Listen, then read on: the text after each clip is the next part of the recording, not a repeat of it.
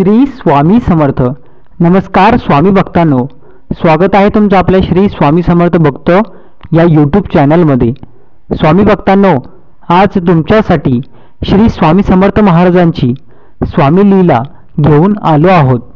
तर स्वामी भक्तांनो, चॅनलवर जर नवीन असाल चॅनलला सबस्क्राईब करा. चला मग व्हिडिओला उशीर न लावता सुरुवात करूया. स्वामी भक्तांनो, स्वामी समर्थ महाराज देशमुखाच्या वाड्यात निवांतपणे बसलेले होते.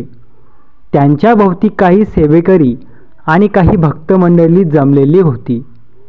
एक ब्राह्मणाची बाई आपल्या 10 वर्षाच्या आंधळ्या मुलाला घेऊन बसलेली होती. मुलगा जन्मांध नव्हता, तर त्याच्या मुंजीच्या वेळेला त्याची दृष्टी अचानकपणे गेली होती. स्वामींची एक सेवेकरी शिवूचाई महाराजांना म्हणाली, स्वामी, ह्या मुलाला मुंजीपासूनच अगदी अचानकपणे दिसेनासे झाले आहे. आपली त्याच्यावर कृपा व्हावी. तेव्हा स्वामी म्हणाले, 5 अहंकारी दैत्य माझी परीक्षा पाहण्यासाठी अक्कलकोटात येत आहेत. ह्या परीक्षेच्या वेळी हा मुलगा डोळे उघडेल. स्वामींचे वाक्य पूर्ण होत असतानाच कर्नाटकातले 5 वैष्णव ब्राह्मण तेथे आले. स्वामींची कीर्ती ऐकून ते स्वामींची परीक्षा घ्यायची हा अहंकार उरी बाळगूनच आले होते. त्यांनी स्वामींना साधा नमस्कार सुद्धा केला नाही. स्वामींकडे पाहिले आणि बाड्यातच एका कोपऱ्यात भिंतीला टेकून बसले होते. कानडी भाषेत ते एकमेकांशी बोलू लागले.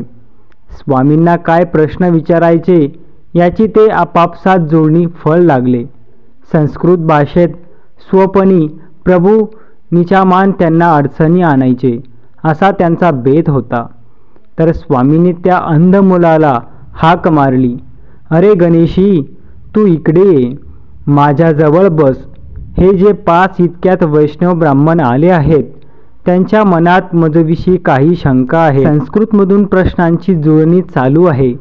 त्यांनी प्रश्न विचारण्याच्या अगोदरच तू त्यांना संस्कृतमधून उत्तर दे. तो अंध मुलगा म्हणाला, स्वामी, मला तर काहीच दिसत नाही. माझी अक्षर ओळख सुद्धा झाली नाही. मी संस्कृतमधून कशी उत्तर देऊ? तेव्हा स्वामींनी आपल्या गळातील फुलांची माळ त्यांच्या गळात घातली आणि झेंडूचे फूल त्याच्या दोन्ही डोळ्यांवरून फिरवले. आश्चर्य म्हणजे त्या क्षणी त्या मुलाला स्वच्छ दिसू लागले. तो मुलगा उठून उभा राहिला. त्याने स्वामींच्या चरणांवर डोके ठेवले, स्वामींचे आशीर्वाद घेतले आणि त्या 5 वैष्णव ब्राह्मणांसमोर जाऊन त्यांनी प्रश्न विचारण्यापूर्वीच संस्कृतमधून उत्तरे दिली. ते 5 वैष्णव एकदम लज्जित झाले. आपली चूक त्यांच्या लक्षात आली आणि त्यांनी स्वामींच्या चरणी लोळण घेऊन स्वामींची मनोभावी क्षमा मागितली. म्हणू लागले, आम्ही मूढ आहोत, आमचे अपराध पोटात घाला.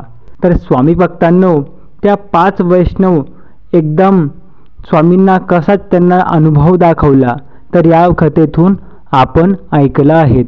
तर अशाच प्रकारच्या स्वामी लीला, स्वामी कथा, स्वामी संदेश ऐकण्यासाठी आपल्या श्री स्वामी समर्थ भक्त या चॅनलला आत्ता सबस्क्राईब करा आणि कमेंटमध्ये श्री स्वामी समर्थ टाईप करायला विसरू नका. धन्यवाद.